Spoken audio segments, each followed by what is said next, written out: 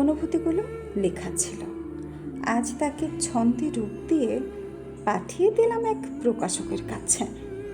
প্রকাশক ডেকে বলল, এমন ভালোবাসা বিক্রি হয় না, এমন অনুভূতিকে কলমের অক্ষরে লিখে বই বানানো যায় না, তাকে তুলে রাখতে হয় বুকে, মনের এত গভীরে, যত গভীরে হৃদয়বানেরও চক্ষু পড়ে না।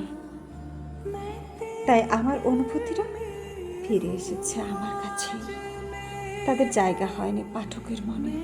চেয়েছিলাম খুব চালাকি করে দুঃখ বেচে খাবো, দুঃখ বেচে অমর হব, মহাকালের সাক্ষী হব। প্রকাশক তো হতে দিলেন না। খুব চালাকি করে আমার দুঃখের ভাগে আমি কাউকে বানাতে পারলাম না। দুঃখ বেচা বন্ধ করে তাই পসরা সাজিয়ে বসে আছি, মনের এদিক ওদিক ছড়িয়ে ছিটিয়ে তাদের। দুঃখগুলি কেবলই আমার। খুব চালাকি করেও তাদের আর বেচা গেল না।